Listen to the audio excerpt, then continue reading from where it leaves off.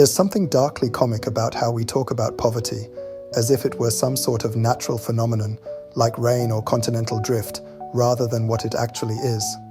A perfectly engineered psychological prison, maintained not by guards or walls, but by the exquisite machinery of trauma.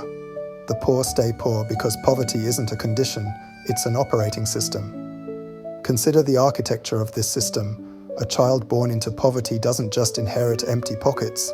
They inherit a fully formatted nervous system, preloaded with all the necessary software for perpetual destitution. The amygdala, that ancient lizard part of our brain, runs hot and heavy like a badly maintained engine, scanning constantly for threats that, in poverty, are always actually there. The adrenal glands pump out cortisol like a factory working overtime, because in poverty it always is overtime. The system never shuts down, never rests, never updates. The poor person's brain becomes a perfect storm of contradictory chemical addictions. Cortisol for breakfast, dopamine hits from small reliefs, serotonin permanently down-regulated because the hierarchy has spoken, and you, my friend, are at the bottom.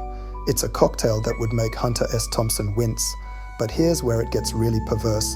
The poor develop a moral system that ensures their continued poverty. It's like a virus writing its own protection program. Don't harm others for your benefit becomes the golden rule, taught by other poor people who learned it from other poor people in an endless chain of well-meaning self-sabotage.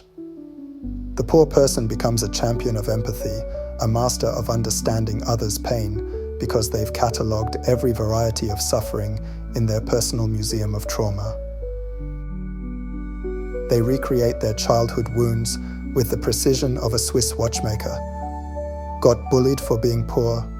Don't worry, the internal monologue will handle that job now, free of charge. I deserve the worst isn't just a thought, it's a mission statement, repeated with the devotion of a religious mantra. The bonding trauma is particularly elegant in its cruelty.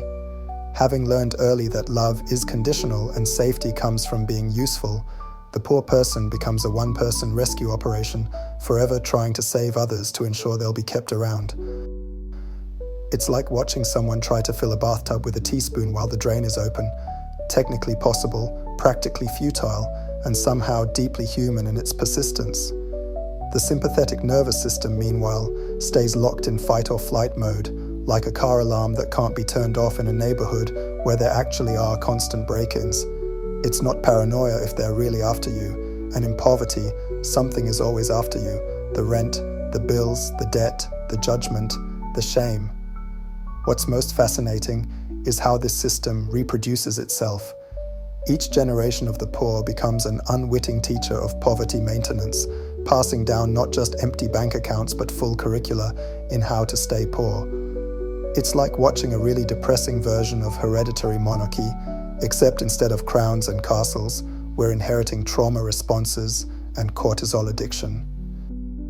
The true genius of this system is that it makes any attempt to escape feel like betrayal. Try to accumulate wealth? That's selfish. Put yourself first? That's what the bad people do. Want more for yourself? Who do you think you are? The moral architecture of poverty is a perfect prison because the inmates are both prisoners and guards. So the next time someone asks why the poor don't just pull themselves up by their bootstraps, remember, they're not just fighting against economic conditions. They're fighting against their own perfectly conditioned nervous systems, their own carefully cultivated moral frameworks, their own expertly installed psychological software. It's not that they can't count money, it's that they've been programmed to believe they don't deserve to have any. And that's the real poverty trap.